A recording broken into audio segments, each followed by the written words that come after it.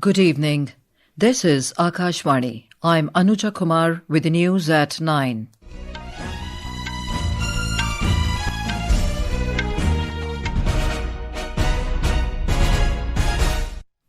The headlines. Prime Minister Narendra Modi says India has identified its capability in the last 11 years, addresses an event in New Delhi. Indian economy continues to maintain strong growth momentum. GDP grows by 7.8% in third quarter of current fiscal. Union Minister Piyush Goyal says interests of country's agricultural and MSME sectors kept paramount in Indo-US interim trade deal. Afghanistan carries out retaliatory airstrikes against military targets in Pakistan, including Islamabad. 55 Pakistani soldiers killed. And in Men's T20 Cricket World Cup, New Zealand set a target of 160 runs for England in Super 8 clash in Colombo.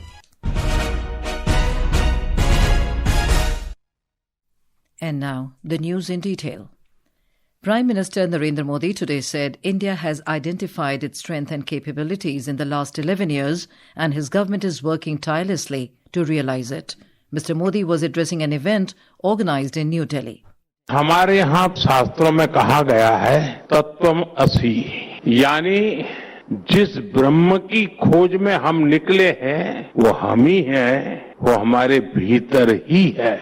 जो सामर्थ्य हमारे भीतर है उसे हमें पहचानना है। बीते 11 वर्षों में भारत ने अपना वही सामर्थ्य पहचाना है और इस सामर्थ्य को सशक्त करने के लिए आज देश निरंतर प्रयास कर रहा है। Mr. Modi said countries are coming forward to finalize trade deals with India. He said India earlier used to ape the West and seek Western validation, which is no longer the case. कुछ लोग चौंक गए हैं, विकसित देश भारत से trade deals करने में इतने उत्सुक क्यों है? इसका उत्तर है हताशा निराशा से बाहर निकल रहा आत्मविश्वासी भारत। अगर देश आज भी 2014 से पहले वाली निराशा में होता, फ्रेजाइल 5 में गिना जाता, पॉलिसी पैरालिसिस से गिरा होता तो कौन हमारे साथ ट्रेड डील्स करता?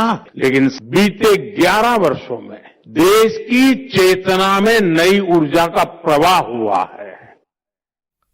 We now take you live to the Prime Minister's address. बहुत अहम शर्त होती है नेक नीयत की। कांग्रेस और उसके साथी दल इसमें भी फेल रहे हैं। कांग्रेस और उसके साथियों ने कभी नेक नियत के साथ काम नहीं किया। गरीब का दुख, उसकी तकलीफ से भी इन्हें कोई वास्ता नहीं है। जैसे बंगाल में आज तक आयुष्मान भारत योजना लागू नहीं हुई, अगर नेक नियत होती तो क्या गरीबों को 5 लाख रुपए तक का मुफ्त इलाज देने वाली इस योजना को बंगाल में रोका जाता क्या? नहीं। आप भी जानते हैं कि देश में पीएम आवास योजना के तहत गरीबों के लिए पक्के घर बनवाए जा रहे हैं। नेटवर्क 18 के दर्शकों को मैं एक और आंकड़ा देता हूं। तमिलनाडु के गरीब परिवारों के लिए करीब 9.5 लाख पक्के घर अलॉट किए गए हैं। 9.5 लाख। लेकिन इनमें से 3 लाख घरों का निर्माण अटक गया है। क्यों? क्योंकि डीएमके सरकार गरीबों के इन घरों के निर्माण में दिलचस्पी नहीं दिखा रही है। Prime Minister Narendra Modi will launch the nationwide human papilloma virus HPV vaccination program for girls aged 14 years from Ajmer in Rajasthan tomorrow. We have more from our correspondent. India's national program will use a quadrivalent HPV vaccine, Gardasil. HPV vaccines are among the most extensively studied vaccines globally, with more than 500 million doses administered worldwide since 2006. Scientific evidence demonstrates almost 100% effectiveness in preventing cancer. With this launch, India will join over 160 countries that have introduced HPV vaccination into their immunization schedules. The special campaign will run in mission mode over a 3-month period, during which eligible girls can receive the vaccine daily at designated facilities. Thereafter, the vaccine will continue to be available on routine immunization days. Anand Kumar for Akashvani News, Delhi. Indian economy grew at 7.8% in the third quarter of the current financial year. The growth rate in real GDP during current fiscal is estimated at 7.6% as compared to 7.1% in 2024-25. The Ministry of Statistics and Program Implementation today released the new series of annual and quarterly estimates with base year 2022-23. It has replaced the previous series with the base year of 2011-12. The ministry said that financial year 2022-23 has been selected as the base year because it represents a recent normal year after COVID pandemic. Chief Economic Advisor Dr. V. Anant Nageswaran said that the country's economic performance remains resilient despite global uncertainties. Briefing media in New Delhi on the latest GDP numbers, he said the real GDP growth of more than 7% in the last 3 consecutive years show macro resilience of the economy. 3 consecutive years of plus 7% GDP growth, which kind of also corroborates and vindicates our revision to the potential GDP of the economy to 7% or around that number. In the post-COVID era, the sustained non-inflationary expansion of the Indian economy has held up not only in absolute terms, but also in relation to how others have been doing in the post-COVID era. They are also struggling with the rising public debt and lower growth, etc. Speaking on this occasion, Secretary of Ministry of Statistics and Program Implementation, Saurabh Garg, said the GDP growth rate in the third quarter ending December of the current financial year is 7.8% as per the new base year of 2022-23.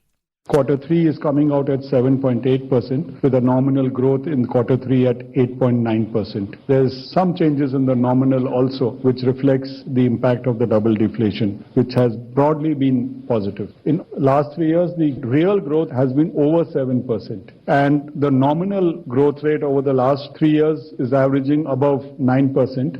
And that's very important because these are the numbers when we talk of achieving Viksit Bharat 2047.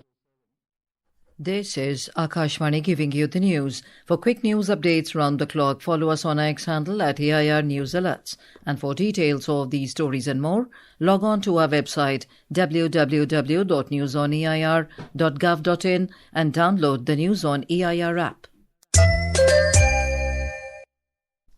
Commerce and Industry Minister Piyush Goyal has said that interests of country's agricultural and MSME sector have been kept paramount in the Indo-US interim trade deal.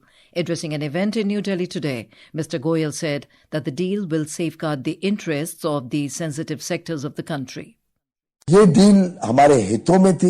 deal was in our national interest. It was made keeping in mind all our sensitive sectors related to farmers, dairy, poultry, fishermen, MSME, Vishwakarma workers, handloom, handicrafts and other labor-intensive industries, ensuring their interests were fully protected. Vice President C.P. Radhakrishnan today said the vision of Viksit Bharat 2047 can only be realized through empowered and well-educated youth. He was addressing the 57th convocation ceremony of the Indian Institute of Mass Communication IIMC for the year 2024-25 in New Delhi. I am sure that IIMC will continue its legacy as the country's premier mass communication school with these courses also. And IIMC has also set up campus incubation centers to foster media innovation and entrepreneurship beyond the classroom.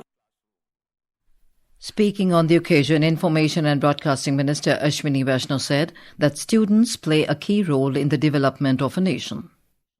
Technology का major use हो रहा है. Technology is being widely used in today's media world. Everywhere you look, AI is being utilized. There are many new ways technology is being applied, and in a time when social media platforms provide opportunities for anyone to create their own channel with very few resources. इसके साथ बना सकता है.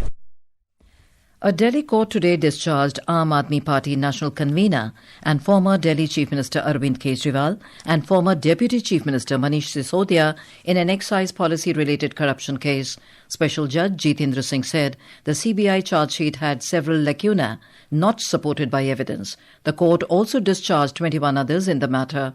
The CBI has decided to appeal in the High Court against the judgment of the trial court. Meanwhile, addressing a press conference in New Delhi, BJP MP Manoj Tiwari alleged that investigators had evidence that multiple mobile phones were destroyed in connection with the alleged liquor scam.